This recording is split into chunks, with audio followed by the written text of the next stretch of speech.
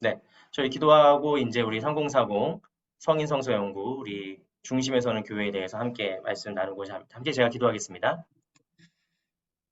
주님 은혜와 사랑에 감사드립니다. 하나님 우리 브리지 3040 우리 공동체를 주님께서 믿음 안에서 굳게 세워주시고 예배와 말씀과 나눔 가운데 초대교회에서 일어났던 그 역동들이 우리 안에 일어나게 하심에 감사를 드립니다. 하나님 우리가 이번 학기 교회가 무엇인지를 다시 한번 배우고 깨닫고 정립해 가는 시간 되기 원합니다. 하나님 우리가 교회를 다니지만 그냥 다니는 것으로 멈추는 것이 아니라 이 교회를 정말 세워나가는 한 사람 한 사람 주님의 귀한 많은 제사장과 같은 주님의 귀한 왕 같은 제사장들 다 될 수 있도록 주님 인도하여 주시옵소서. 하나님 피곤하고 퇴근하는 길 어렵고 힘든 또 시간이지만 이 시간에 하나님 말씀 사모하여서 이 자리에 모여 있는 믿음의 성도들 주님께서 기쁘게 받아 주시옵시고 저희들 오늘 배움과 나눔을 통하여서 정말 깊은 영적인 교제와 또 깨달음과 배움이 있도록 성령님께서 친히 인도하여 주시옵소서. 모든 것 주님께 맡기오며 예수 그리스도의 이름으로 기도드리옵나이다. 아멘. 네, 반갑습니다. 저 화면 너머로 여러분들 많이 보고 계시리라고 저는 믿어 의심치 않으면서 여러분들 혹시라도 뭐 지난번에도 보니까 이 시간에 이렇게 성역 공부나 이런 순장 나눔 같은 걸 하게 되면은 이렇게 막 운전 중에도 막 참여하시고 뭐 이런 분들 계세요. 참 진짜 쉽지 않죠. 또 애들 또 재울 시간 아직 뭐 아직 안 재우나요? 아무튼 애들 재울 시간이고 그래서 참 다들 쉽지 않으신 가운데에도 이렇게 좀 열의를 가지고 또 이렇게 순수한 마음으로 하나님의 말씀 사모해서 이 자리에 모이신 분들 너무 감사드리고요. 그래서 여러분들 덕분에 저도 이렇게 열심히 기쁨으로 사역할 수 있게 되는 것 같습니다. 저도 지금 이렇게 노트북 앞에 놓고 이렇게 얘기하는 게 상당히 뻘쭘해요. 네, 상당히 쉽지 않습니다. 하지만 일단은 저희가 가능한 선에서 이렇게 모임을 가지려고 하고 지금 우리는 이제 시작하는 단계지만 제가 3040 따로 이렇게 잘 하고 있는 교회들 사례를 이렇게 저렇게 들어보고 또 사역자들하고 또 인터뷰도 해보고 또 문의도 해봤는데 어떤 모 교회 같은 경우는 거의 뭐 한 3, 400명 이 시간에 줌으로 같이 막 참여하고 뭐 그러는 교회들이 있습니다. 그래서 참 잘 정착되면 좋겠다라고 저도 생각하고요. 제일 좋은 거는 우리가 교회에 같이 모여서 같이 말씀도 나누고 찬양도 하고 기도도 하고 하는 시간이 가장 좋지만 현실적으로 우리가 매주 그렇게 하기가 쉽지 않고 또 우리 아이들도 있는데 또 아이들 또 누가 봅니까?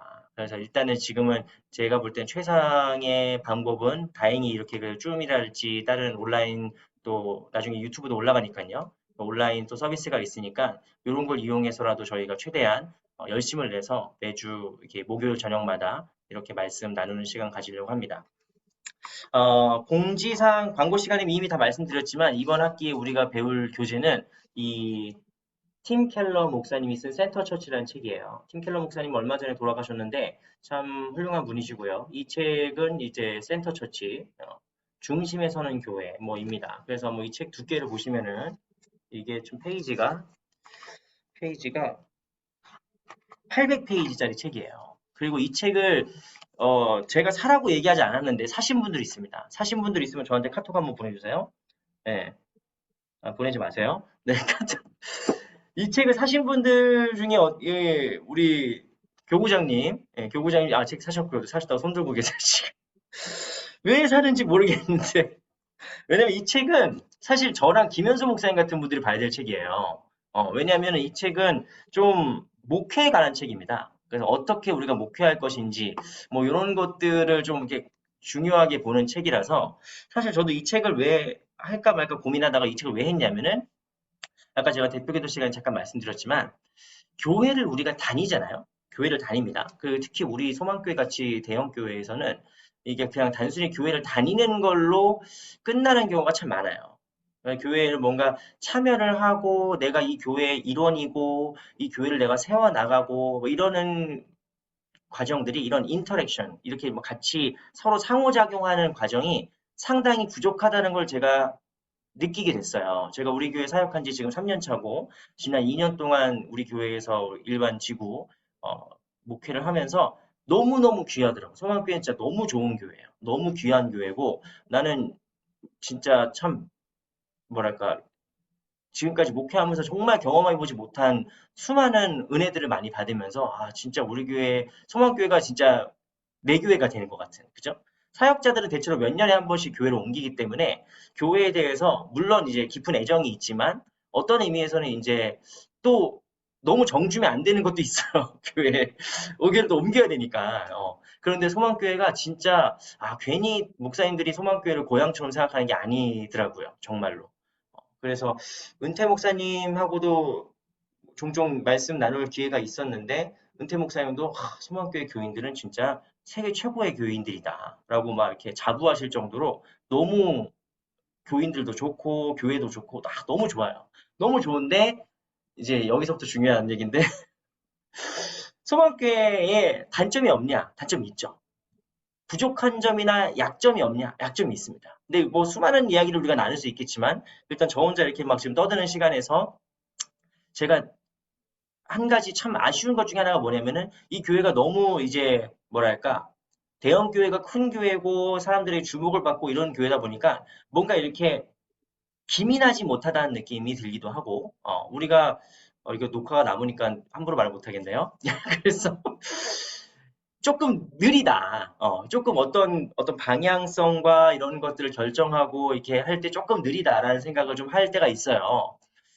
뭐 그게 뭐 제가 뭐 다 할 수 있는 문제는 아닙니다. 근데 어쨌든 상공사고 맡게 되면서 제가 기도하는 것 중에 하나는 우리 상공사공 지구가 우리 공동체가 소망교회에 다시 한번 이렇게 하나님의 부흥과 성령의 역사를 일으킬 수 있는 하나의 엔진의 역할로 우리가 감당할 때가 됐다. 우리가 뭐 해야 된다라는 당위성만 얘기하는 게 아니라 진짜 해야 될 때가 된 거예요. 필요성이 있고. 그래서 우리가 소망교회 새로운 엔진, 3040, 우리 브릿지 3040 이 표를 같이 내건 거고요. 그래서 이제 말씀을 성경 공부를 뭘 할까 하다가 여러분에게 조금 낯설거나 생소하거나 이걸 내가 왜 듣고 앉아 있나 싶을 수 있는 주제인 교회가 무엇이고 목회를 어떻게 해야 될 것인가에 대한 얘기를 나눌 겁니다. 근데 이 얘기는 우리가 지금 다 무슨 소망교회 담임 목사가 된 것처럼 다 이렇게 막 우리가 결정하고 판단하고 뭐 비판하고 이러자고 이런 걸 하는 게 아니라 우리가 지향해야 될 교회의 방향을 같이 한번 얘기해 보자는 거예요. 물론 이 팀 켈러 목사님이 뭐 예수님도 아니고 이 책이 성경도 아니고 이 책대로 다 해야 된다는 얘기도 아닙니다. 그래서 이 책을 사실 필요가 없었는데 우리 신그령 집사님은 사셨어요. 네, 감사드리고 잘 읽으시면은 뭐 피가 되고 살이 되지 않겠습니까? 네, 그래서 어쨌든 여러분 이 책을 뭐 저희가 뭐 꼼꼼히 다 한다기보다 이 책에서 말하고 싶은 주제 의식에 같이 우리가 공감하고 공병하고 그래서 이제 앞으로 우리 공동체가 앞으로 모임하는 것 그리고 어떤 활동을 하는 것들에 있어서 이런 주제들이 중심 주제들이 메시지가 되었으면 좋겠다. 뭐 이런 생각을 가볍게 드리면서 오리엔테이션을 마치고요. 오늘 준비한 약간의 강의 내용이 있습니다. 요거는 이 책에서 그 서론에 해당되는 이야기예요. 서론과 약간 일장 뭐 약간 간단하게 해당된 이야기인데 여러분 일단 쭉 강의를 제가 할 거고요. 혹시 뭐 질문 사항 있으시면 말씀해 주셔도 되겠습니다. 일단 센터 처치, 영어로는 이제 센터 처치니까 우리말로 치면은 결국 뭐 중심에 서는 교회다라고 번역을 해 보았습니다. 자, 세상에 수많은 교회가 있죠. 세상에 수많은 교회가 있습니다. 그런데 어쨌든 하나님이 기뻐하시는 교회, 하나님이 이 시대에 필요로 하시는 교회가 분명히 있어요. 그리고 조금 부족한 교회도 있습니다. 약간 연약하고 좀 부족한 교회들도 사실 있죠. 하나님의 마음을 아프게 하는 교회도 솔직히 있습니다. 그래서 우리 교회가 어떤 교회인가라고 우리가 자문해 보았을 때, 물론 저는 우리 교회가 하나님께 기쁨이 되고 영광이 되는, 자랑이 되는 교회라고 저는 확신하지만, 더 하나님의 마음을 시원하게 해드리는 얼음 냉수와 같은 일꾼들로 우리가 더 자라났으면 좋겠고, 그런 교회가 되었으면 좋겠다. 이런 마음이 제일 큰 거죠. 그래서 일단 중심에 서는 교회, 우리 강의 같이 시작을 해 보겠습니다. 자, 좋은 교회가 무엇이냐? 여러분, 좋은 교회가 무엇입니까? 좋은 교회? 여러 가지 기준이 있죠. 뭐, 어떤 교회는 건물이 세팅한 교회가 있어요. 건물이 막 새거 막 엄청 좋은 교회들이 있어요. 뭐 거의 백화점에 왔나 싶을 정도로 뭐 시설이 좋은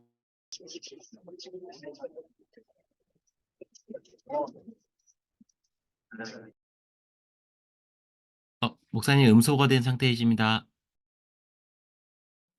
이게 왜 튕겨야 됐죠? 잠깐만요. 괜찮으세요? 지금 다?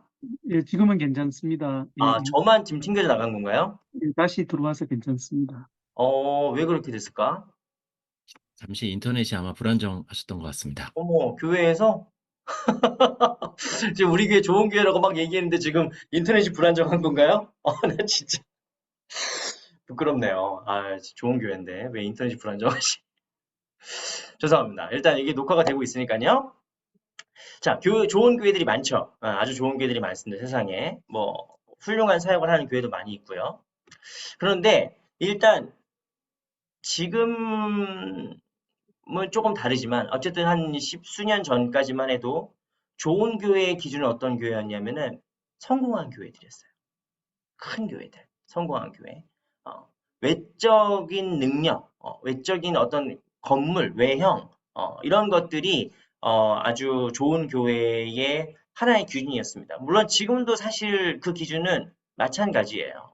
음, 어, 물론 큰 교회가 좋은 교회다 이렇게 얘기할 수는 없습니다. 큰 교회가 좋은 교회다 얘기할 수는 없지만 어쨌든 그 교회가 그렇게 크게 성장하는 데까지 정말 훌륭한 목사님들의 어떤 가르침과 훈련과 또 헌신이 있었고 또 수많은 성도들의 정말 헌신과 이게 친교와 교제와 전도와 이런 열정들이 있었던 거죠. 그래서 옛날에는 그냥 좋은 교회를 내가 어디 이사를 갔다. 근데 어디 교회를 갈까 했을 때 그냥 일단 큰 교회 가는 거죠. 왜냐면 큰 교회 가면은 일단 그게 개런티가 되니까 그거 자체가 좋은 교회 어떤 개런티가 되기 때문에 우리가 보통 옛날에는 십수년 전만 해도 좋은 교회 하면은 그냥 큰 교회, 성공한 교회를 많이 따졌습니다. 근데 그러다 보니까 문제가 뭐냐면은 이건 우리한테 되는 우리 스스로에게 대한 자평이기도 한데 큰 교회의 문제는 아까 제가 말씀드린 것처럼 교회를 세워나가는 사람들이 많다기보다는 교회를 다니는 사람들이 더 많은 거예요. 물론 나도 교회 다니죠. 우리 모두 교회 다니는 사람들이죠. 그런데 교회의 어떤 구성원으로서 내가 여기 교회를 세워나가고 같이 헌신하고 이런 사람들보다도 그냥 왔다 가는 사람이 훨씬 많은 거예요. 또 그분들을 다 수용할 수 있는 어떤 그런 구조나 틀도 부족하죠, 좀 사실. 그래서 큰 교회들이 성장한다는 거는 물론 한국 교회가 세계 교회에서도 손에 꼽히는 아주 중요한 뭐랄까, 특징이고 또 장점이고 강점이긴 한데 문제는 그만큼 교회 소속감이랄지 교회를 이루어가는 것에 대한 의식이나 정체성이 좀 약하다라는 한계가 있습니다. 그래서 이제 뭐 수많은 대형 교회들에서 여러 가지 문제들이 있는 것들을 우리가 사실 알죠. 그래서 그런 것들을 보면은 교회의 어떤 교회나 목회도 마찬가지죠. 어떤 목사님 훌륭한 목사님이냐? 큰 교회 목사님. 옛날에는 그랬단 말이에요, 그냥.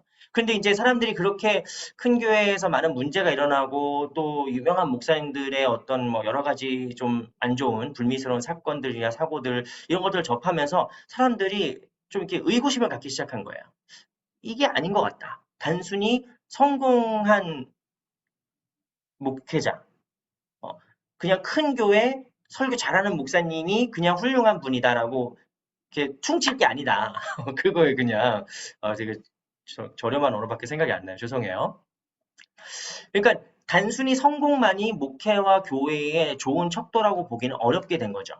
그래서 그 다음 세대들에게 어떤 움직임이 벌어지기 시작하냐면은 중요한 거는 외적인 어떤 사역이나 규모나 외적인 것이 아니라 내면적인 것이다라고 하는 어떤 움직임들이 일어나기 시작해요. 그 좋은 교회는 어떤 교회냐? 내적으로 튼튼한 교회. 좋은 목사는 어떤 목사님이냐? 아주 훌륭한 성품의 목사님. 지금 훌륭한 성품의 목사님 아주 겸손하고 온유하시고 아무 문제가 없고 뭐 이런 분들을 이 교회들이 찾기 시작하는 거예요. 근데 중요하죠. 어떤 의미에서는 외적인 규모나 어떤 외적인 눈에 보이는 가시적인 성과보다 교회는 모름지기 내적이고 더 본질적인 영역에 집중하고 또 그것이 더 뭐 중요하다는 걸 우리가 이야기하는 곳이긴 한데 문제는 뭐냐면은 내적인 성품과 어떤 지식과 신학적인 소양과 뭐 이런 것들을 강조하다 보면은 외적인 열매가 좀 약해질 때가 있어요. 다 그렇진 않지만, 다 그렇진 않지만, 어, 그래서 뭐, 그냥 단적인 예로 봐도 옛날의 목사님들의 어떤 사역과 그 열매들보다 오늘날의 어떤 교회나 저를 포함해서 목회자들이나 교회의 사역들이 조금 이렇게 약한 경우가 있죠. 근데 분명히 말씀드릴 수 있는 건 옛날 목사님보다 지금 목사님들은 훨씬 공부 많이 하거든요. 훨씬 공부도 많이 하고 훨씬 더 이런 훈련들을 많이 받았어요. 교회와 교계의 훈련들을 많이 받았어요. 그런데 왜 그때 같은 파워가 잘 일어나지 않을까라고 하는 의구심이 저도 들어요. 저한테도 그런 모습이 있기 때문에. 옛날에 목사님들은 참 책도 그땐 별로 없었고 진짜 주석 하나 제대로 된 게 없고 막 그랬는데도 어쨌든 정말 교회를 위해서 헌신하시고 또 교회가 그렇게 성장하고 되는 이 밑거름이 됐는데 오늘날 이렇게 공부도 열심히 하고 교회에서 막 부목사, 부교육자, 전사할 때부터 촥촥촥촥 이렇게 막 공부하고 열심히 했는데 왜 그때 같은 목회랄지 어떤 그런 헌신이 잘 나타나지 않을까라고 하는 의구심이 든다 이거죠. 이거는 저한테 하는 얘기입니다. 제가 스스로. 그래서 이제 단순히 좋은 교회, 좋은 목사님의 기준을 외적인 것으로도 둘 수 없고 내적인 것만으로도 이렇게 둘 수 없는 거예요. 외적으로 치환할 수도 없고 내적으로 환원할 수도 없다. 이렇게 우리가 얘기할 수 있죠. 그래서 결론은 무엇이냐? 이 이야기는 사실 스펄전 목사님, 영국의 유명한 목회자 중에 설교를 세상에서 설교를 지금까지 교회사 속에서 설교를 잘하는 목사님으로 이제 손꼽히는 분들이 계세요. 몇 분이. 황금의 입이라 불렸던 크리소스톰이랄지 몇몇 대단한 설교가들이 있는데 그 설교가들 중에서 가장 현대의 설교가 중에 물론 빌리 그레함도 있고 여러 다른 설교가들도 있지만 일단 스펄전 목사님을 우리가 보통 빼놓지 않고 얘기하거든요. 침례교 목사님이긴 하지만 이 침례교 목사님께서 자기가 쓴 일기가 있어요. 이 일기 내용이 이 센터처치 책 서문에 나옵니다. 여기 제가 한번 읽어드릴게요. 이제 부교육자를 뽑는 때가 된 거예요. 스펄전 목사님이. 부교육자를 뽑는데 많은 사람들이 지원을 했을 거 아닙니까? 지원했는데 이제 스펄전 목사님이 그 사람들의 지원서를 쭉 본 다음에 이런 일기를 썼어요. 좋은 사람들이 지원서를 냈다. 대단히 뜨거운 열심을 갖고 있다는 점에서는 특별하지만 그들은 부족하다. 그들은 끝없이 말을 쏟아내지만 그 말 속에는 아무런 내용이 없다. 성경을 들추고 강대상을 내려치지만 성경에서 아무것도 길어올리지 못하는 사람들이다. 그들은 정작 아무것도 만들어내지 못했다. 그들에겐 아무런 열매가 없다. 그래서 나는 그들을 불합격시켰다. 이런 일기가 쓰여진 게 있습니다. 저한테 하는 말인 것 같았어요.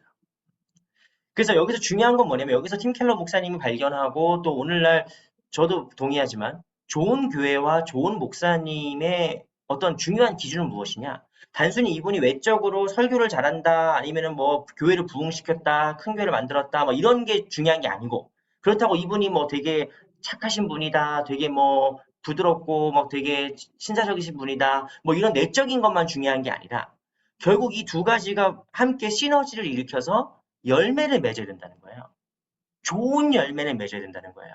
그래서 결국 내적으로는 경건한 성품을 가지고 외적으로는 하나님께서 하시는 사역에 대행해야 되는 것이죠. 그게 좋은 교회입니다. 소망교회는 좋은 교회입니까? 라고 묻는다면 우리가 스스로에게 무엇을 던져봐야 되냐면 두 가지 기준이 있는 거죠. 하나는 우리가 외적으로 성장하고 부흥하고 있는가라는 것과 우리가 내적으로 교인들, 소망교회 다니는 교인들이 이렇게 훈련받고 믿음 안에 확신을 가지고 또 이제 교회에서 여러 가지 실천을 통해서 이렇게 잘 형성돼서 결국에는 열매가 맺어지느냐가 대단히 중요한 거예요. 오늘 요한복음 15장 8절 말씀 제가 밑에 써놨는데 너희가 열매를 많이 맺으면 내 아버지께서 영광을 받으실 것이요 너희는 내 제자가 되리라 라고 말씀하셨습니다. 그래서 길어질까 봐 더 많이 쓰진 않았지만 여러분 예수님께서 말씀하셨어요. 이 나무가 좋은 나무인지 나쁜 나무인지 지금 알 수 없다. 지금 이 나무가 좋은 나무인지 나쁜 나무인지 알 수 없어. 그러면 이거 언제 알 수 있느냐? 열매로 안다고 말씀하시는 거예요. 예수님께서는 열매가 결국 이 나무가 좋은지 나쁜지를 판단하는 기준이라고 말씀하셨습니다. 그러니까 지금은 몰라요. 지금 당장 내가 좋은 그리스도인인지 지금 당장 우리 교회가 좋은 교회인지 아닌지를 지금 당장 오늘만 보고 얘기할 수 없는 거예요. 결국 무엇으로 알 수 있습니까? 열매를 통해서 할 수 있습니다. 소망교회는 좋은 교회입니까? 저는 확신해서 말씀드릴 수 있어요. 소망교회 좋은 교회예요. 왜냐? 지금까지 47년 동안 소망교회가 이루어온 수많은 열매들이 있어요. 수많은 열매들이. 뭐, 뭐가 있을까요? 일단 우리 교회가 부흥하고 성장한 걸 말할 것도 없고, 우리 교회에서 우리나라 최초로 장애인 부서를 교육부서로 만들어가지고 지금까지도 유지하고 있고, 우리나라에서 되게 손꼽히게 서부요양병원이랄지, 이라든지 아니면 베데스다 장애인 이런 공동 숙소랄지, 아니면 선교사 지원 문제랄지, 장례 경조부가 이제 우리는 화장을 하니까, 그땐 매장이 주류였던 시대란 말이죠. 화장을 통해 가지고 어떤 장례 문화를 선도하는 것도 있고, 소망교회가 군 선교부터 시작해서 북한 선교부터 시작해서 정말로 많은 열매들을 맺어왔습니다. 그래서 우리가 이제 4월 달에 갈 이제 그 교회 우리 3040 온가족 수련회에도 이제 가보시면 알겠지만 우리는 너무 자주 가니까 사실 익숙해서 그러는데 여러분 지금 어지간한 뜨는 교회들 소위 말해서 유명하다고 막 뜨는 교회들은 엄두도 못 내는 게 소망 수양관이에요. 우리 수양관 같은 시설과 어떤 그런 리트릿 할 수 있는 그런 공간을 이렇게 그 십수년 전부터 준비하고 지금까지 이게 유지하고 관리를 한다는 건 대단히 엄청나게 귀한 열매입니다. 그러니까 우리 교회는 귀한 열매를 봤을 때 우리 교회가 좋은 교회라고 우리 확신해서 말씀드릴 수 있어요. 그런데 앞으로도 이 열매들이 계속해서 이어져 나가고 더 풍성하게 맺는 것이 이제 우리의 과제라는 거죠. 뭐 그런 얘기고요. 자, 우리가 열매라는 표현을 썼지만 사실 따지고 보면 성경에서 어떤 열매, 뭐 농사 이런 비유가 상당히 많습니다. 생각 잘 찾아보면 당연하죠. 그때 당시가 농경사회고 그러니까 이제 우리가 농사를 접으신 분들이 많이 안 계시겠지만 농사를 이해하는 것은 성경의 세계를 이해하는데 대단히 큰 도움이 돼요. 그래서 요한복음 15장인가요? 그죠? 요한복음 15장에 보면은 1절에 뭐라고 써 있습니까? 예수님께서 말씀하시는 거예요. 나는 참 포도나무요, 내 아버지는 농부다라고 말씀하세요. 하나님의 자기 정체성, 하나님이 자기를 뭐라고 말씀하시느냐? 농부라는 거예요. 농부. 그러니까 하나님은 우리가 마치 손에 흙 한 줌, 먼지 한 톨 안 묻을 것처럼, 손에 물 한 방울 안 묻힐 것 같은 그런 보좌에 앉아 계신 막 권위 있는 위엄 있는 주권자이시지만 실제로 하나님은 어떻게 역사하시냐면 농부처럼 일하시는 거예요. 농부처럼. 지금 당장 열매가 보이지 않아도 계속 밭을 갈고 거름을 주고 물을 주고 이렇게 씨앗을 키워내는 농부와 같은 마음이 바로 우리 하나님의 마음입니다. 이게 예수님께서 말씀하신 하나님의 모습이에요. 그래서 그 하나님께서 이 땅에 심으신 것이 무엇이냐? 교회인 거죠. 교회. 교회가 왜 소중하냐면은 교회는 바로 하나님께서 이 땅에 심으신 복음이라는 씨앗이에요. 그 복음이라는 씨앗이 겨자씨 같았죠. 정말 작고 정말 보잘것없는 그 작은 공동체 모임이었지만 그 씨앗이 심겨져 가지고 2000년이 넘게 지금까지 열매를 맺는 거죠. 그래서 교회는 무엇이다? 하나님의 밭이다. 고린도전서 3장 6절에서 9절까지 말씀 보면은 사도 바울이 교회를 농사로 어떻게 이해하고 있는지를 우리가 배울 수 있습니다. 사도 바울이 이렇게 얘기합니다. 나는 심었고 아볼로는 물을 주었으되 오직 하나님께서 자라게 하셨나니 그런즉 심는 이나 물 주는 이는 아무것도 아니로되 오직 자라게 하시는 이는 하나님뿐이니라. 심는 이와 물 주는 이가 한 가지이나 각각 자기가 일한 대로 자기의 상을 받으리라. 우리는 하나님의 동역자들이요 너희는 하나님의 밭이요 하나님의 집이니라. 이 말씀은 특히 우리 소망교회에 대단히 뼈아픈 그 말씀입니다. 사실 뭐 우리가 이 자리에 앉아 계신 분 다 아시지만 소망교회에 참 아픈 갈등의 일이 있었어요. 근데 이 갈등의 일은 단순히 이제 누구 편이다 그런 게 아니라 이 일이 고스란히 2000년 전에 있었단 말이에요. 교회 안에 그런 어떤 인간적인 갈등과 다툼이 있어요. 고린도 교회가 어떤 걸로 다툼이 있었느냐? 고린도 교회를 세운 사역자는 사도 바울입니다. 바울이에요. 근데 바울이 떠나고 나서 이 고린도 교회를 더 키운 사람은 또 아볼로예요. 그런데 이 고린도 교회 내에서도 베드로파가 또 있는 거예요. 예수님의 수제자인 베드로파. 로마 교회의 수장인 베드로파. 베드로파가 있고. 그래서 바울파, 아볼로파, 게바파, 베드로파, 또 뭐 그리스도파, 서로 막 이렇게 파벌이 나서 싸우는 이야기를 사도 바울이 듣게 됐어요. 그래서 뭐라고 얘기합니까? 교회는 사도 바울이 자기 지분을 얘기할 수도 있잖아요. 내가 창립 공신인데 말이지. 내가 창립 공신인데 어디 감히 아볼로 여기 우리 고린도 교회랑 큰 상관도 없는 베드로 얘기를 하냐? 라고 얘기할 수 있는데 바울이 뭐라고 얘기합니까? 나는 심었고 아볼로는 물을 준 것뿐이다. 다른 어떤 사역자가 오면 그 사역자는 걸음을 주고 어떤 사역자는 물기를 내고 어떤 사역자는 그냥 땅을 가는 것뿐이다. 중요한 건 뭐예요? 교회가 하나님의 밭이라는 거예요. 교회는 어떤 사람의 팬덤이 아니라 그냥 하나님의 밭이고 하나님께서 자라게 하시는 거죠. 그래서 교회에서 영광 받을 일은 누구다? 오직 하나님밖에 없어요. 이게 교회에 대한 대단히 중요한 정신입니다. 정신이고 우리가 앞으로 어떤 이야기를 할 때에도 가장 핵심적인 이야기죠. 교회는 하나님의 밭이에요. 하나님의 집이고 자라게 하시는 오직 하나님이시고 그런 거죠.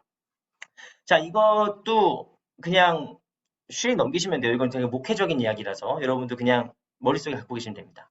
교회에 이런 하드웨어, 소프트웨어가 되게 중요합니다. 아까 외적인 조건과 내적인 조건을 다 말씀드렸죠. 외적인 조건은 하드웨어에 가까워요. 그러니까 하드웨어는 우리가 딱 봤을 때 기본적으로 건물, 눈에 보이는 건물, 어떤 시설, 우리 양적인 성장, 예산의 규모, 이런 것들이죠. 이런 것들이 중요하지 않다고 말하는 사람들을 저는 거짓말쟁이로 봅니다. 더 과격한 표현은 좀 그렇죠.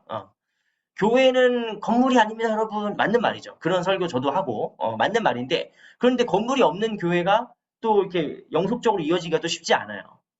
여러분, 교회는 우리가 교회에서 돈 얘기하면은 저급한 겁니다, 여러분. 이렇게 얘기하는데, 그것도 정말로 교회에서 사역을 하는 분들이라면은 교회 예산이 얼마나 중요하고, 이 헌금이 얼마나 중요한지를, 그분들 잘 모르시는 거예요. 아니면은 아는데 아닌 척하거나, 그런 거죠. 성경에서 돈 내라는 얘기 제일 많이 하신 한 사람이 2명이 나와요. 한 사람은 예수님이고, 다음 사람은 사도 바울입니다. 헌금 내라는 얘기를 되게 많이 했어요. 헌금 내라. 근데 이 헌금을 헌금 내면 복 받는다 이게 아니라 하나님이 기뻐하시는 나눔으로서 헌금을 되게 강조하거든요. 그래서 헌금 얘기를 오늘날 하는 게 조금 불미스러운 일도 있고 조금 그런 일이 있어가지고 많이들 잘 안 하시긴 하는데 사실 교회에서 헌금 내고 교회에서 예산을 하나님께서 기뻐하시는 방향으로 사용하는 건 대단히 중요한 거예요. 하드웨어죠, 그게. 여러분 아무리 좋은 AI 지금 챗 GPT가 나오고 아무리 좋은 기술이 막 나온다고 해도 컴퓨터 없으면 그거 안 돌아갑니다, 여러분. 스마트폰이나 다른 장비가 없으면은 그걸 돌릴 수가 없어요. 그 하드웨어는 대단히 중요한 거예요, 사실. 교회 건물도 중요하고 우리 교회 시설도 중요하고 제 기도 제목 뭔지 아시죠? 우리 교회 수유실을 꼭 만드는 거예요. 빠른 시일 안에 교회 수유실과 여러 가지 미비한 시설들을 확충하는 게 되게 기도 제목입니다. 근데 그게 다 뭐예요? 하드웨어죠. 응? 3040은 지금 하드웨어가 절대적으로 부족합니다. 우리 지금 공동체가. 그래서 교역자랄지 보육과 관련된 신앙교육과 관련된 교역자 문제도 필요하지 공간 문제도 필요하지 여러 가지 하드웨어적인 게 필요해요. 근데 이 건물과 이런 예산과 사람의 숫자와 이런 것도 하드웨어지만 그 다음에 하드웨어가 뭐냐면은 바로 교리적인 확신입니다. 배움. 우리가 무엇을 믿는가. 한국교회 이게 상당히 약해요. 목사님들만 중요하게 생각해요. 그런데 한국교회가 사실상 우리의 목표가 어떤 부흥과 성장이다 보니까 정체성이 상당히 약한 교회들이 많아요. 소망교회는 제가 볼 때 때려 죽여도 특히 1, 2, 3부 예배 같은 경우는 우린 전통적으로 드리는 거예요.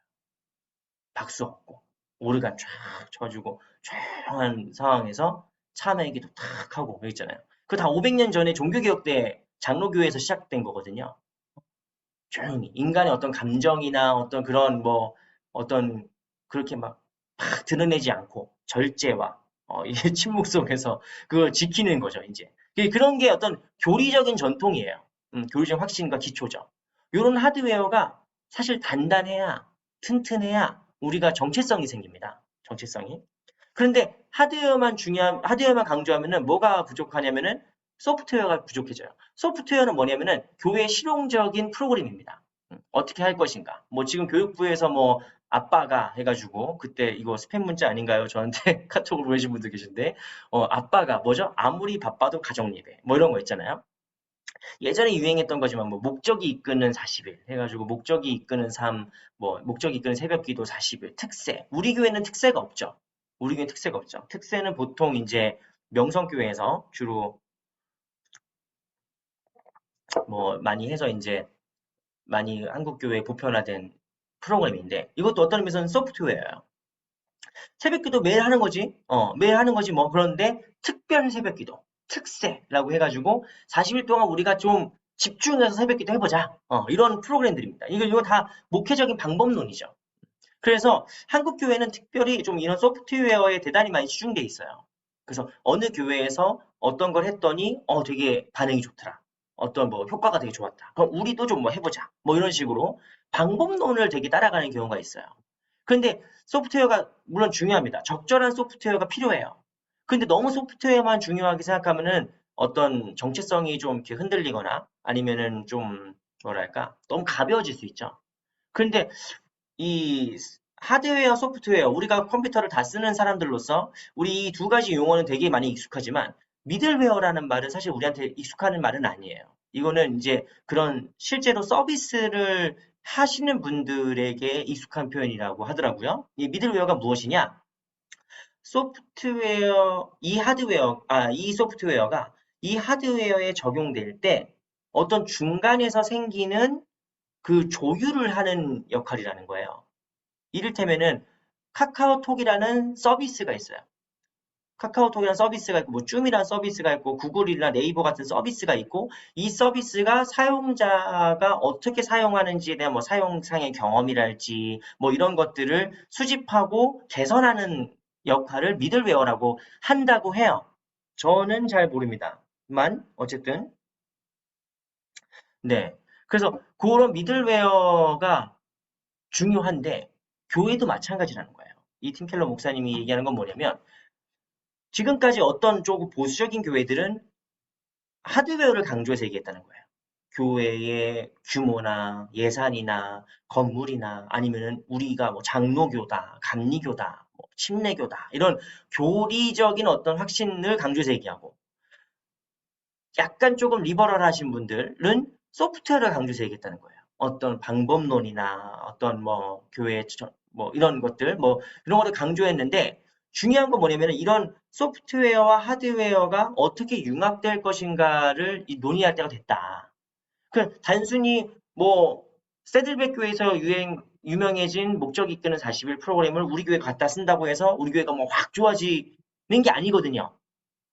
온누리 교회에서 만약에 뭐 하고 뭐 사랑의 교회에서 뭐 하는 것들을 우리가 그대로 한다고 해서 우리가 뭐 똑같은 결과가 나오는 게 아니란 말이죠. 그러니까 미들웨어 사용자에게 더 적합한 어떤 그 중간 과정이 필요하다는 건데 요거를 미들웨어라고 하고 이거를 이제 교회에 연결시켜서 얘기하면은 복음을 중심으로 하는데 복음의 정신 하드웨어적인 복음의 중심으로 하는데 이것이 그 교회의 문화, 그 지역의 문화에 어떻게 융합되게 할 것인지를 묻는 것이 미들웨어다. 그래서 오늘날 교회가 이 세 가지를 다시 한번 고민해 봐야 된다라고 얘기하는 게 이 책에서 말하는 주장이고 비단 이 책만이 아니라 사실상 뭐 교회의 본질적인 그 정신이긴 한데 교회의 중심이 뭐냐? 우리가 지금 센터 처치를 얘기하잖아요. 중심에 서는 교회. 그럼 중심이 뭐냐는 거예요. 중심이.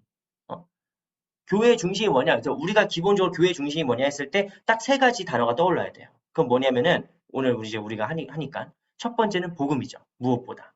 교회의 중심은 뭐예요? 복음이어야 돼요. 여러 가지 표현이 있습니다. 그러니까 복음으로 우리가 통합적으로 얘기할 수 있습니다. 복음은 무엇입니까? 우리를 향하신 하나님의 사랑과 은혜죠.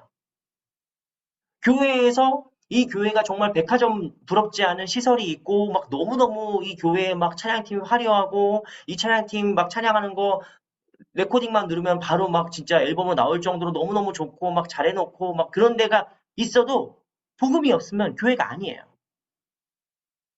제가 최근에 뭐 엄청 교회를 많이 돌아다녀 본 적은 없지만 어떤 교회를 가니까 막 어떤 교회는 막 지미집 카메라가 돌아다니고 막 지미집 카메라가 돌아다니고 어떤 모 교회는 막 방송실에 100명이 있대요. 100명이 막 모여가지고 막 화면 전환하고 막 카메라로 찍고 막 거의 방송국을 뺨치는 엄청난 시설과 장비와 막 그런 게 있다는 거예요. 또 어떤 교회는 막 프로그램이 너무너무 대단해요. 그런데 그 교회에 복음의 정신이 없으면 뭐 하고 있는 걸까요?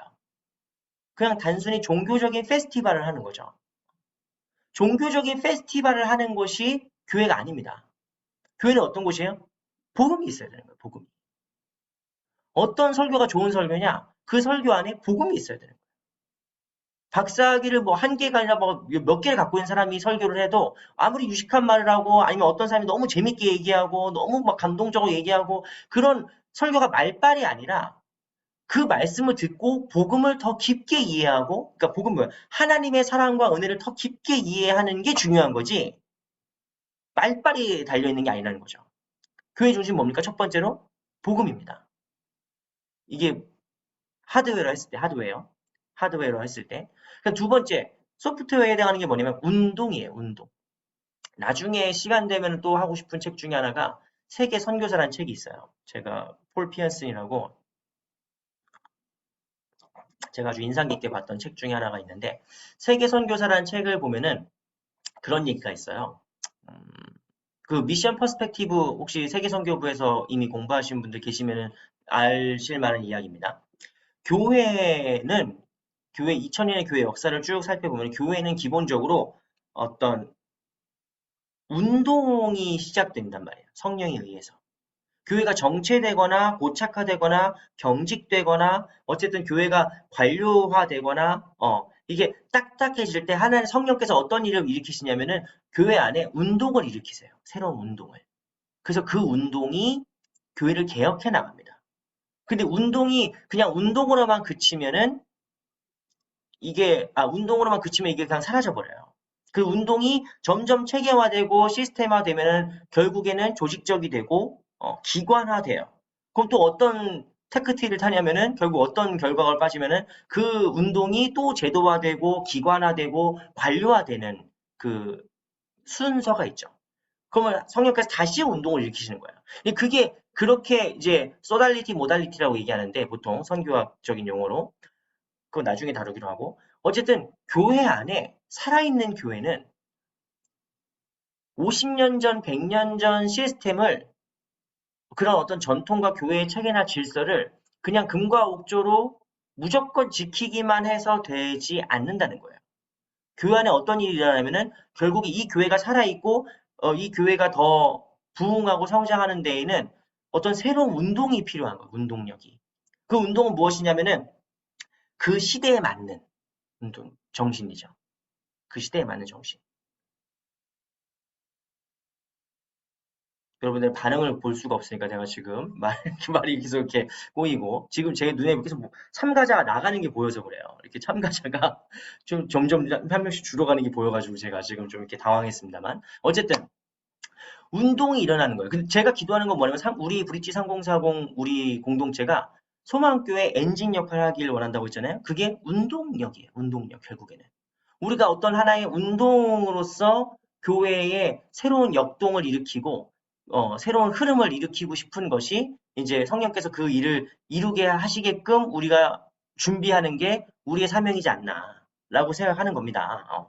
자, 아무튼 이게 소프트웨어라면은 그럼 미들웨어적인 게 뭐냐? 도시를 봐야 된다는 거죠. 도시라고 팀 켈러 목사님 도시라고 표현했지만 사실 우리에게는 문화라는 말이 더 좀 어울려요. 우리의 문화가 있어요. 우리의 문화. 우리의 어떤 공동체의 특수성이 있어요. 우리 브릿지 3040 모임을 왜 우리가 만들게 됐습니까? 과거의 남선교회, 여전도회라는 어떤 시스템으로는 이런 우리의 어떤 필요와 어떤 상황을 온전히 다 담을 수 없기 때문이에요. 그러니까 우리 공동체에 니즈가 있고 어떤 상황이 있기 때문에 거기에 맞는 미들웨어로서 우리 브릿지 3040이 만들어진 거죠. 우리뿐만 아니라 다른 교회들도 그래서 지금 3040 세대가 제일 이제 세워져 나가야 될 세대로서 많이 이제 부흥과 성장을 하기 위해서 많이 노력하고 있는데 그거죠. 그러니까 결국에는 교회의 중심 무엇이냐?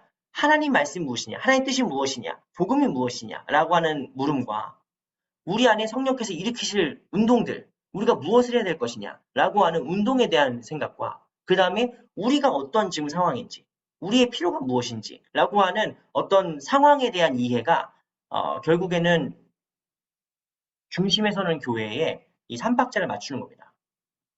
복음만 중요합니다. 물론 맞는 얘기예요. 복음이 제일 중요하지. 그런데 막 애들 막 말도 안 되는 애들한테 막 복음이 중요하다. 뭐 예수 믿냐 안 믿냐 막 이렇게 얘기하면 애들이 막 엄마 뭐 이럴 거 아니에요. 애들이 무슨 얘기죠? 뭐 이러겠죠. 응? 상황에 맞게 복음을 그 상황에 맞게 그 필요성에 맞게 잘 전달해 주는 것이 뭐 중심에 서는 교회의 되게 중요한 기준이다라고 말씀을 드립니다. 자, 근데 이 세 가지가 다 균형감을 가져야 되는 거예요. 이것만 오늘 얘기하고 마치겠습니다. 요거 이렇게 한 3장 남았는데 요것만 얘기하고 마치겠습니다. 자, 복음은 뭐죠? 복음은 하나님의 은혜예요. 하나님의 은혜를 우리가 믿음으로 고백하는 거예요. 그 하나님의 은혜와 믿음, 믿음과 은혜 이게 복음의 핵심입니다. 그리고 하나님께서 우리를 거룩하게 하시고 우리가 그 의에 맞게 살아가는 거죠. 정의롭게 살아가는 것이죠. 그래서 우리가 우리의 삶의 변화된 삶의 변화와 아까 말씀드렸죠? 열매 맺는 삶으로 살아가는 거죠. 열매 맺는 삶으로. 이게 결국 복음이라는 우리가 그냥 한마디로 한 단어로만 표현하지만 이 복음이라는 무궁무진한 세계 속에 담겨 있는 여러 가지 의미 중에 함축적으로 이렇게 말씀을 드리는 겁니다. 복음이 중요해요. 그런데 복음만 중요하다. 아, 이게 표현이 되게 조심스럽네. 복음이 제일 중요하죠. 복음만 중요하지, 사실. 근데 상황도 상관없이 어떤 지금의 상황이나 그 사람의 수준이나 지금의 처지와 뭐 이런 거 다 상관없고 무조건 복음 막 이렇게 막 너무 세게 이쪽을 강조하면 뭐가 되는 복음이 율법주의가 돼버려요. 복음이 율법주의가 된다. 이거 뭐죠? 결국에는 죽은 전통과 자기의만 드러날 뿐입니다. 율법주의화된 교회들이 많이 있죠. 많이 있죠. 또 우리 교회에도 율법주의에서 자유로우냐라고 얘기했을 때 조금 조심스럽죠. 되게 조심스럽네요, 지금. 율법주의화되고 경직화되고 관료화되는 면들이 있어요. 이런 거를 영어로 뭐라고 얘기하면 도그마틱하다고 하죠. 아, 그거 되게 도그마틱하네. 그거 되게 그 뭐라고 하죠? 그거 우리말로 교조적이라고 하죠. 교조적이다. 걔네들은 이 뭐랄까 말이 안 통해요. 근본주의자들이 말이 안 통해. 걔네는 자기네 것만 제일 중요하대. 자기네 게 제일 중요하고 뭐 이것만 막 강조하다 보니까 결국에는 그 시대에 적절하게 설명하지도 못하고 표현하지도 못하고 결국에는 복음을 막는 장애가 됩니다. 되게 안타까운 결과죠. 복음을 너무 강조하다가 결국 복음을 전하지 못하게 되는 상황이 돼버려요. 그래서 어떤 데는 이제 복음 그거 뭐 다 아는 거 그까이 거 뭐 대충 그냥 지금 우리한테 필요한 것만 얘기하자.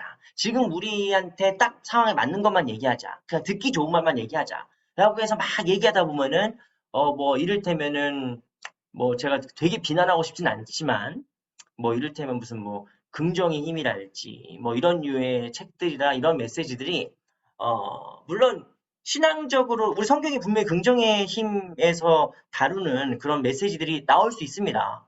나올 수 있지. 성경에 뭐 하나님이 우리 보고 부정적으로 살라고 했습니까? 비관적으로 살라고 했습니까? 그죠? 다 맞는 얘기예요. 그런데 긍정의 힘만 너무 얘기하다 보면 결국 그 책이나 그런 메시지나 그런 이제 번영주의 신학에서 얘기하는 그런 예배나 설교 중에 복음이 나타나지 않아요. 그들의 복음은 뭡니까? 성공이죠. 결국. 가시적인 성공이에요.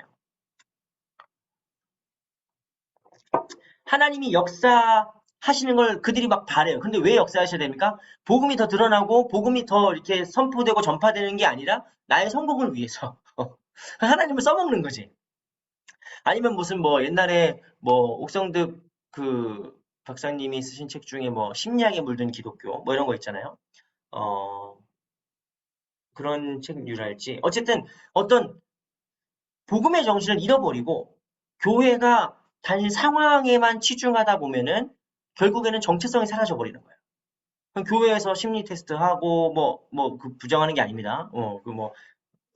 그런 사역 하시는 분들 많이 계시고. 근데 복음이 없이 단순히 그렇게 뭐 좋은 일 하고 자선단체처럼, 그런데 그 사람이 예수 믿고 이런 거 관심도 없어. 그냥 막, 뭐, 아무튼, 교회는 자선단체도 아니고, 교회는 무슨 주민센터에서 하는 교양 강의도 아니고, 그쵸? 교회가 교회되는 것은 무엇입니까? 이 복음이 중요하게 돼야 되는데, 한쪽은 복음을 너무 강조하다가 율법주의로 빠지고, 한쪽은 복음을 너무 강조하지 않고 상황만 생각하다가 율법을 폐기해버린다는 거예요. 복음을 폐기해버린다는 거예요. 그래서 복음도 균형이 필요하다. 요 얘기를 드리고요. 아까 도시, 문화 얘기했잖아요. 우리가 다 하나님의 같은 교회지만, 사실 서울에 있는 교회와 시골, 농촌에 있는 교회의 어떤 메시지랄지 목회 방식이 좀 다르죠. 다르겠죠. 어. 만약에 우리 뭐 상공사공에서 무슨 뭐 이것저것 막 행사를 해서 뭐 우리 4월에 가는 이제 수련회 같은 때 이제 막 상품권으로 막 상품으로 만약에 스타벅스 상품권 줬다. 칩시다. 상품권을 준비해서 딱 나눠줬어요. 그럼 우리는 그거 가져서 이제 근처에 있는 스타벅스 가가지고 이제 커피 마시고 뭐 이럴 수 있지만 어디 뭐 농촌에 있는 교회에서 상품으로 똑같이 뭐 스타벅스 줄 수는 없잖아요. 스타벅스가 없는데 그 도시에. 응? 그러니까 문화를 이해한다는 건 되게 중요한 겁니다. 상황을 이해한다는 것은. 그래서 좋은 설교자는 과거에 있었던 하나님의 말씀이 오늘 우리에게 어떻게 이해될 것이냐를 고민하죠. 응? 단순히 이건 하나님의 말씀이니까 하나님의 말씀만 막 강해하고 설교하고 그냥 하나님의 말씀만 얘기한다면 나 할 일 다 했다 하는 게 아니라 이 말씀이 잘 적용될 수 있도록 이 말씀이 잘 이해될 수 있도록 잘 이렇게 해석해서 전달하는 것이 좋은 설교가의 어떤 자세겠죠. 근데 그건 교회도 마찬가지입니다. 교회도. 그냥 우리 이렇게 쭉 어렸을 때부터 이 교회 다녀왔으니 너무 안타까워요. 죄송합니다. 이게 지금 교회가 그 교회 인터넷이 이렇게 불안정한 건 나 처음인데 괜찮을까? 참, 네. 또 튕겼죠? 죄송해요. 집에서 해야 되나? 자, 어쨌든 아니면 빨리 끝내라는 얘기 뜻일까요? 네, 아무튼 팅을 주셨네요. 참 안타깝네요. 자, 어쨌든 그 상황과 문화에 대한 이해가 되게 중요하다는 말씀을 드리면서 이것이 또 균형감을 가져야 돼요. 어떤 분들은 또 너무 보수적인 분들은 문화가 뭔 소용이니? 문화가 무슨 뭐가 중요하니? 하나님의 말씀이 오직 영원하기 때문에 풀은 마르고 꽃은 시들어도 하나님의 말씀이 영원하기 때문에 이 말씀을 얘기하면 된다는 거예요. 그 제가 어렸을 때 중고등학교 다닐 시절에 그때 저는 이제 우리 통합식 교단 출신이 아니에요. 저는 사실 그 저는 이게 되게 근본 없는 목사입니다, 여러분. 그 우리 교단 출신이 아니에요. 저는 이제 다른 교단 출신인데 사실은 그래서 제가 어렸을 때 다니는 교회는 이거 오해하지 마시고, 그러니까 웃자고 한 소리지, 다른 교회에서 오신 분들은 근본이 없다는 게 아니에요. 내가 목사로서. 나는 이제 우리 통합측 교회에서 이제 뭐 오랫동안 자라고, 뭐 소망교회 같은 데서 어렸을 때부터 자라고 그런 사람이 아니다. 이런 말씀을 드린 거지. 오해하시면 안 됩니다. 네, 어쨌든. 제가 자랐던 교회에서 강도사님이 계셨어요. 강도사님. 우리 교회에서는 보통 전임 전도사를 이제 목사 되기 직전에 이제 어떤 보직이 아니고 직분이 따로 하나 또 있어요. 저기 합동측 교회는. 근데 아무튼 제가 자라던 교단에서는 그 강도사님이 있었는데, 나중에 보지 않으시겠지? 이제 그분이 이제 신학교에서 공부를 열심히 하신 분이었었어요. 그래서 그분이 중고등학교 다니는 그 애들을 앉혀놓고, 그, 무슨 그런 뭐, 조지신학책 같은 거를 막 이렇게 강조하시고 막 이렇게 얘기하셨어요. 그러면서 막 웨스트민스터 소유리 문답이 무엇이고 물론 소유리 문답은 다 배워야 돼요. 사실 중요한 거예요. 사실 나중에 우리 3040에서 제가 나중에 한번 하고 싶은 성경 공부 주제 중에 하나입니다. 그런데 어쨌든 막 소유리 문답이 무엇이고 막 뭐 무슨 뭐 전적 타락과 뭐 무슨 성경 무슨 뭐 축자 영감선이 무엇이고 막 이런 거를 막 되게 막 강조하시는 분이 계셨어요. 그래서 결국에는 애들 다 교회 안 나왔죠, 뭐. 응? 그때 저희 동네에서 뭐 그런 말을 이해할 수 있는 사람도 없고 사실 뭐 그게 뭔가 그러니까 이게 교회가 너무 세상과 소위 말해서 이제 우리의 삶과 너무 떨어져 있으면은 이게 소통이 안 됩니다. 커뮤니케이션이. 근데 이거는 모든 목사들이 반성해야 될 지점 중에 하나예요. 저도 목사로서 이게 교회에서 오래 있다 보니까 교회 행사도 많고 교회 일도 많고 만나도 다 맨날 교인분들을 만나니까 개토화돼요. 개토화. 자기네끼리만 모여 있어요. 그 제가 옛날에 지금도 좋아하는 책 중에 오스기니스의 소명이라는 책이 있습니다. 오스기니스라는 기독교 학자가 쓴 책인데 그 책에 이런 일화가 나와요. 이분이 되게 촉망받는 기독교 이제 목회자가 될 사람으로서 이제 교회에서 우리로 치면 전도사 같은 사역을 하고 있었던 거죠. 그래서 열심히 막 교회에서 사역하고 인정받고 이제 창창 탄탄대로만 남고 이제 했는데 어느 날 주유소에서 기름을 넣고 있는데 주유소 직원이랑 무슨 그 외국스러운 그 뭐야 대화를 나눈 거죠. 뭐 일이 뭐예요? 뭐 쌤이에요. 하이 쌤 하면서 이제 뭐 나는 오세요. 하면서 서로 막 즐거운 대화를 나눴대요. 그 기름을 넣으면서 이제 막 즐거운 대화를 나눠서 직원이랑 같이 가지고 어디 교회 다니세요? 라고 얘기했더니 그 사람이 화들짝 놀라면서 저 교회 안 다니는데요? 그랬다는 거예요. 그래서 오스기니스가 그러시냐고 알겠다고 하면서 차 출발해서 우웅 가는데 자기 머릿속에 자기가 뒤통수를 맞은 것처럼 충격을 받은 거예요. 뭐냐면 내가 지난 몇 달 동안 처음 대화를 나눈 비기독교인인 거예요. 응? 넌 크리스천. 내가 예수님의 복음을 증거하겠다고 목회자가 되려고 이 길을 가는데 정작 교회에 있다 보니까 예수 안 믿는 사람 만날 일이 없어요. 만날 시간도 없고 교회 일을 막 하다 보니까 복음을 증거할 예수님 안 믿는 사람에게 복음을 증거할 기회가 아예 없는 거예요. 그래서 이 오스기니스가 그때 자기의 소명을 발견해요. 자기 콜링이. 내 콜링은 뭐냐? 교인들을 목회하는 게 아니라 비교인, 비그리스도인들에게 복음을 잘 증거하는 사람이 돼야겠다. 라고 해서 진로를 바꿔버립니다. 그게 그 사람의 소명이 된 거예요. 나는 그 글을 읽으면서 너무 공감이 갔어요. 지금 제가 소망교회 목사로서 사역을 하면서 너무 감사하고 너무 좋죠. 그런데 내가 지금 예수 안 믿는 사람 몇 명이나 만나봤을까요? 거의 없죠. 거의 없습니다. 복음을 증거할 수 있는 기회가 목사들이 되게 부족해요. 물론 길거리 나가가지고 예수처럼 딱 부신 줄 우리가 이런 거는 하진 않지만 그런 걸 한다 하더라도 그건 의사소통이 아니잖아요. 나의 주장이지. 근데 지금 우리한테 필요한 건 뭐냐면은 그들에게 다가가고 그들을 이해시킬 수 있는 어떤 언어들과 어떤 그런 방법들이 있느냐는 건데 오히려 정작 목사들이 그런 기회가 없어요. 그거는 저에게도 되게 뼈아픈 그 지점 중에 하나입니다. 어쨌든 교회가 상황을 무시하면은 반문화적인 제가 지난 설교 때 이거 뭐라고 불렀냐면 리차드 리버가 얘기한 Christ against culture. 문화에 대항하는 그리스도 모델이 돼버려요. 이게. 근데 또 너무 가. 교회가 그냥 세상과 똑같아져. 제가 뭐 어떤 교회는 교회 예배를 주일날 클럽에서 드렸어요. 홍대 클럽에서. 홍대 클럽에서 예배 드릴 수 있지. 근데 그게 왜 그런지 결국에는 몇 년 하다가 말았어요, 거기. 그런데, 단순히 클럽에서 예배 드렸다는 걸 뭐라고 하는 게 아니라, 뭐랄까. 그 교회의 목표랄지 어떤 그런 방향성 중에 사람들이 교회를 마치 교회가 아닌 것 같은 인상을 주고 싶어 하는 데가 있어요. 마치 이제 그냥 편안한 살롱에 온 것처럼. 편안한 어떤 백화점이나 쇼핑센터에 들어온 것 같은 느낌을 주는 거를 목표로 하는 그런 데가 있어요. 필요하죠. 필요하죠. 그죠? 필요한데, 뭐랄까. 그렇게 되면 이제 정체성이 되게 약화되는 경우가 많이 생깁니다. 요거는 우리가 나중에 조금 더 질의응답 있으면 같이 얘기하면서 할게요.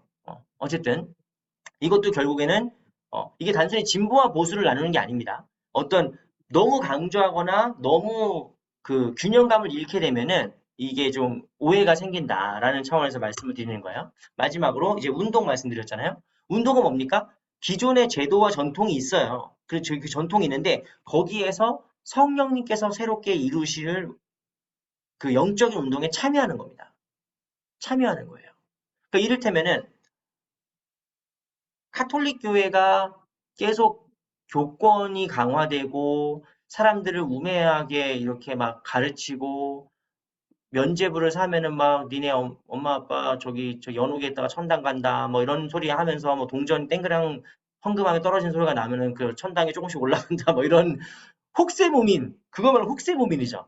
혹세무민하는 일이 있을 때 성령님께서 종교개혁을 통하여서 개신교를 프로테스탄트를 일으키셨죠. 근데 그 프로테스탄트가 16세기에 종교개혁을 통해서 이제 말씀으로 다시 말씀으로 솔라 스크립투라 솔라 뭐 솔라 피데 막 오직 믿음 오직 말씀 이렇게 막 다시 개혁됐어요. 근데 그 개혁된 교회가 200년도 안 가서 교조화돼요. 그러니까 우리가 그걸 신학적인 시대 구분으로 정통주의라고 부르거든요. 옥소독시 정통 전통이야. 트레디션 말고 정통. 우리가 정통이라는 거야.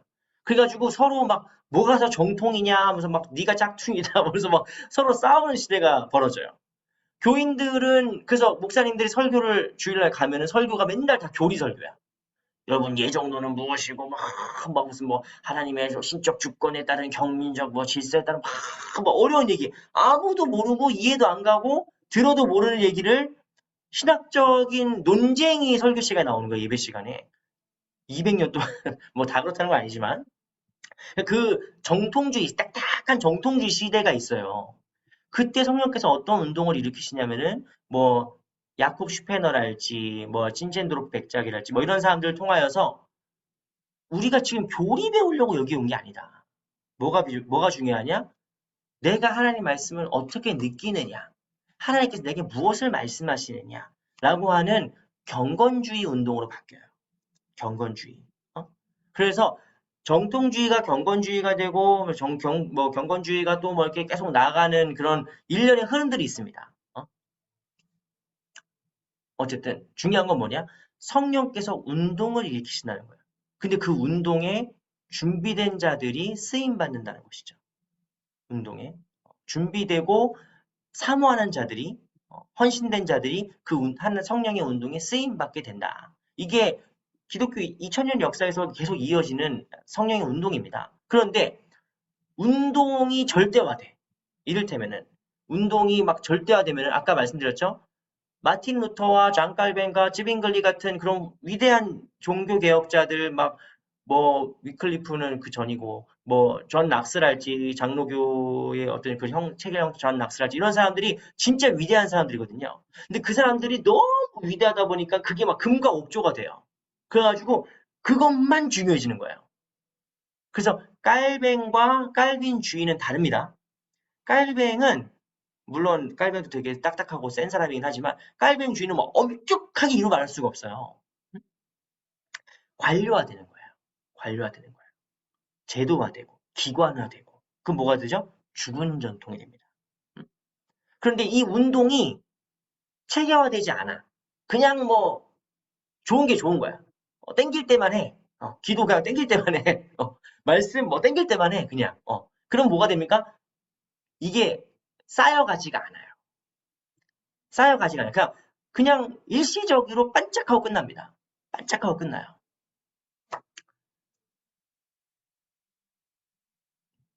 적절한 예가 있는데 오늘은 여기까지 하는 게 오늘 여기까지 하는 게 제가 좋을 것 같고 이게 또 언제 끊길지 몰라가지고 자 여러분 오늘 저희가 지금 센터처치 중심에 서는 교회에 대해서 뭐 이런저런 이야기를 나눴습니다. 일단 지금 제가 화면만 보고 얘기하기 때문에 어떻게 여러분이 지금 들으시는지 잘 모르긴 하지만 일단 지금 제가 하고 싶은 얘기는 뭐 어떤 교회 이거 녹화되고 있어요 집사님? 괜찮으세요? 일단 제가 녹화 끄고 우리 질의응답 같이 좀 자유롭게 얘기하는 시간 갖도록 하겠습니다. 이건 제가 나중에 어떻게 빼든지 할게요. 우리가 지금 교회를 평가하거나 어떤 교회는 관료적인 교회야. 어떤 교회는 뭐 자유주의적인 교회야. 뭐 이렇게 막 평가하려고 이런 얘기를 드리는 게 아니라 우리 모든 교회가 건강하게 더 부흥하고 성장하고 우리 교회가 더 이렇게 건강하려면은 사람도 마찬가지지만 균형 잡힌 식단과 균형 잡힌 어떤 생활 습관과 이런 정신이 중요한 거 아니겠습니까? 그러니까 교회도 우리가 건강한 교회를 꿈꾸는 거죠. 중심에 서는 교회는 결국 무엇입니까? 건강한 교회를 꿈꾸는 어떤 노력이라는 겁니다. 이건 단순히 목사들에게만 그냥 주어진 일이 아니라 이 교회를 이루어 나가고 세워 나가는 하나님의 백성들 모두에게 부여된 사명입니다. 네, 이렇습니다. 그럼 여기까지 제가 녹화를 끊고 우리가 이제 뭐 화면 켜실 분들 켜고 같이 이제 질의응답하고 이야기하는 시간 갖도록 하겠습니다.